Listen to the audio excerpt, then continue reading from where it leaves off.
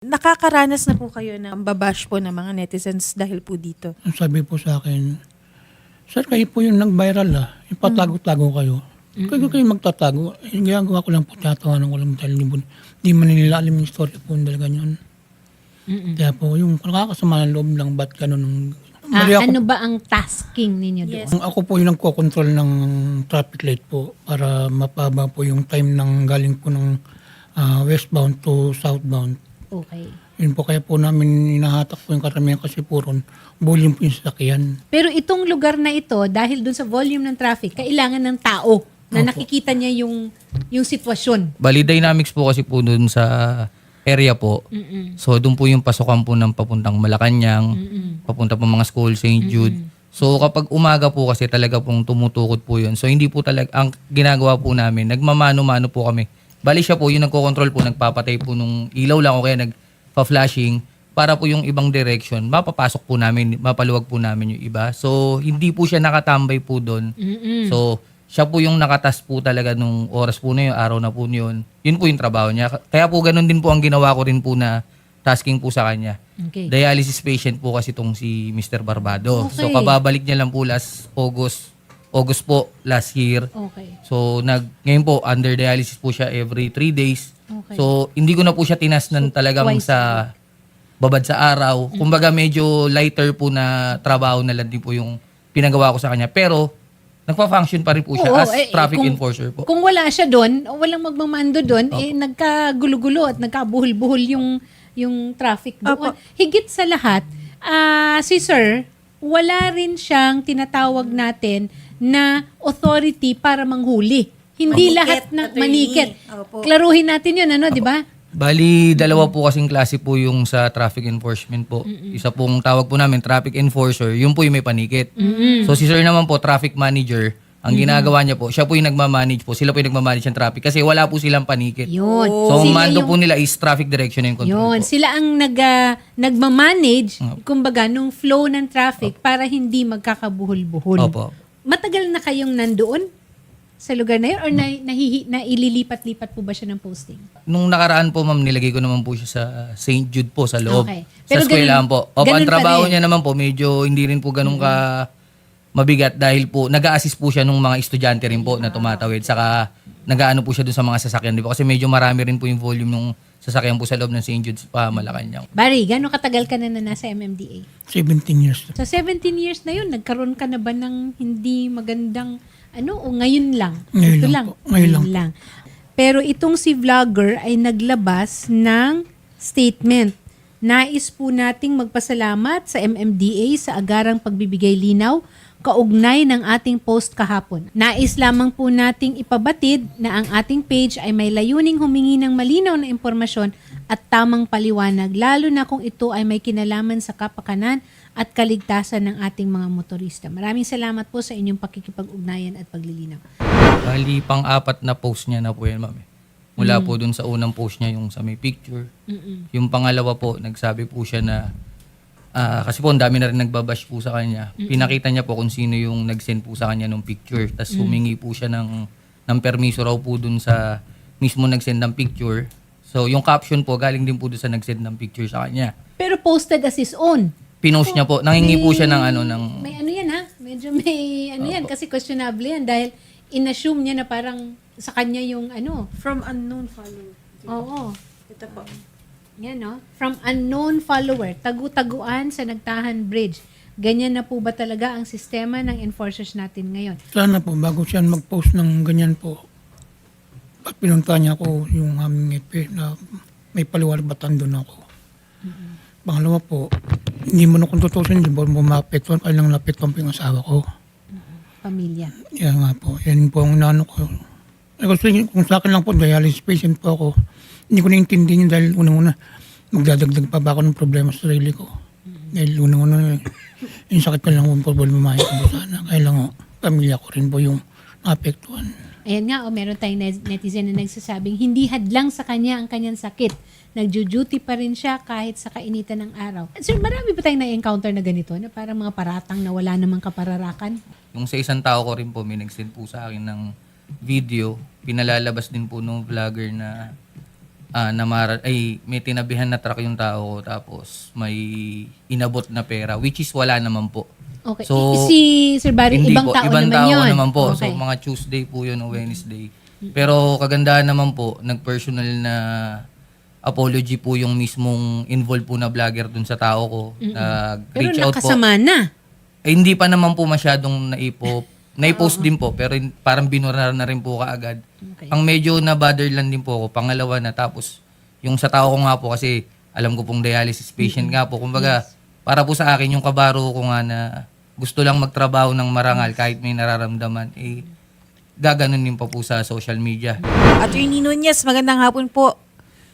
Yes po, magandang hapon po. Normally, pagka merong ganito, kung kunwari sabihin na natin may violation, ano naman po ang nagiging disciplinary, action kung sakasakali? Unang-una po, we welcome yung mga, alam naman natin na we are subject to public scrutiny. And marami rin hong mga nag-viral na totoo naman talaga. And talagang dinodouble check ho namin. Marami naman ho tayong CCTV sa command center. Yes. Marami rin ho kaming field personnel na nag-i-inspect sa mga tao namin. And pinapaarusahan ho natin at sinasampahan ng administratibo. At yung iba nga po, kami pa mismo ang nag-i-initiate ng Ayun. criminal case laban sa aming mga tauhan. But yung pakiusap po namin, lalong-lalo na dun sa mga content creator, mga vlogger, na sana Yes. naman po mainam na suriin muna ng mabuti ang mga sitwasyon at alamin ang buong konteksto bago gumawa ng sariling interpretasyon para lamang sa kanilang content. Yes. Alam naman natin na itong mga content creator ay namomonetize yung kanilang mga social media posts at may, siyempre, alam naman natin yan na namomonetize yan. Pero sana naman maging responsable sila. And Yan. alamin muna ang buong konteksto bago magbigay ng sariling interpretasyon tulad nun.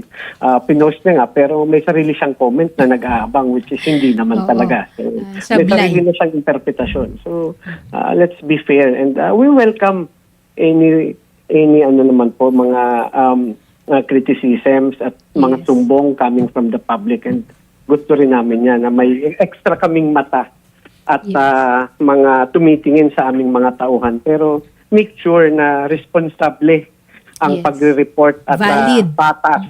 Yes po. Kuya Jerwin Moto, magandang hapon po. Naging Opo. subject po nung post ninyo na kinuha nyo rin lang sa iba pang uploader. Sir, on your end, what is the protocol po as a content creator when you upload certain posts and then make comments? Matagal Okay. na po tayo, ma'am, sa advocacy. Dito Okay. po sa opisina po ni Colonel Busita sa Rider Safety Advocates of the Philippines po, ARSAP. So maraming sumbong, tawag, and especially po, nabanggit po kanina na yun nga po, marami ng post sa social media patungkol po sa ating mga law enforcement. Doon sa post po natin, nagamit doon yung pag-aabang in terms po doon sa larawan po. Kung pagbabasihan po lang natin po yung larawan. Initially, ma'am, even po ako personally, hindi po ako aware in terms po dyan sa sinasabi po nating traffic light. Pinagpapauna na po ako na humihingi po ng paumanhin sa ating mga kababayan, especially po dun sa mga nakakita po ng post na si sir po pala ay isang traffic controller at nasanay po tayo patungkol po dyan, ma'am, na even po sa kalsada kapag nandun ka, hindi ka naman po talaga nakakakita o bihira. Kahit po, yung mga traffic lights po pala natin, ay may mga ganyan, may control system. So nagbase po tayo, ma'am, dun po sa mga nagdaang issue. Okay? Andyan yung naka-duty, naglalaro ng mobile phone, andyan po naka-duty yung isang law enforcement, nakatago sa likod po ng poste. Kung meron man po tayong pagkukulang, on my part po, talagang humingi po ako ng dispensa at nagpapasalamat po tayo sa pamunuan po ng MMDA na nagbigay na po kaagad ng agarang paliwanag po patungkol po doon sa post. So as advice po ng ating mga kaibigan, especially po ng mga legals natin na tigil na lang po, i-delete na lang po yung post para Yes. maputol na po yung issue and humingi po tayo ng ito nga po, may nagre-request po from our MMDA personnel po na pamunuan humingi daw po tayo ng public apology. At this is the right time po para humingi po ako ng apology. Kuya Barry, opo, hindi ko naman po kayo kilala, hindi naman po nakita yung inyo pong larawan. So possible po dahil may nakakilala po sa inyo pong mga kasamahan. So hindi ko po intentionally na masaktan po yung inyo pong, o yurakan po yung inyo pong pagkatao. Kung mapapansin niyo po, dun po sa aking mga post, tayo po ay pare-pareho na public servant. Tumutulong po tayo sa ating mga kababayan, Luzon, Visayas at Mindanao. Hindi po tayo dito magkakaaway. Ang sa atin lamang po, kung meron tayong nakikita, at ito po ay sinashare natin sa social media, ito po yung lesson po sa akin. Kailangan po natin pagkaingatan yung gagamitin po nating mensahe, especially po sa Facebook and SOCMED po. Tapos puso pong Sige. paumanhin, especially po sa iyong mga kaibigan, kapamilya, katrabaho, at sa inyo pong mga kaanak. Ako po ay bukas palad po na humihingi po ng paumanhin sa inyo pong dinanas na na stress po. Ang sa akin lang po sana, bago siya mag-post sana, lapitan yung tao or something na kausapin niya. Lalo ngayon, ma'am, ako po na nabas na po sa social media. Paano po ibang tao na biglang pupunta lang sa akin doon. Sabihin ko ganito. Ikaw to, di ba? Oo nga po, yun nga inaano ko lalo. Yung asawa ko naapektuhan. Opo. Yun pong- Sir Jerwin, si Yes, ma'am. Sir Opo. Potenciano po ay dialysis patient din po. Opo, so sana Opo, yes po, ma'am. Opo, nakarating din po sa atin yung info, ma'am, na talagang si sir po ay, yun nga po, na dialysis patient. May pamilya rin po ako na dialysis patient, kaya nararamdaman ko po at patuloy pa rin po naghahanap buhay para po sa pamilya. Ramdam ko po yung pakiramdam ni sir.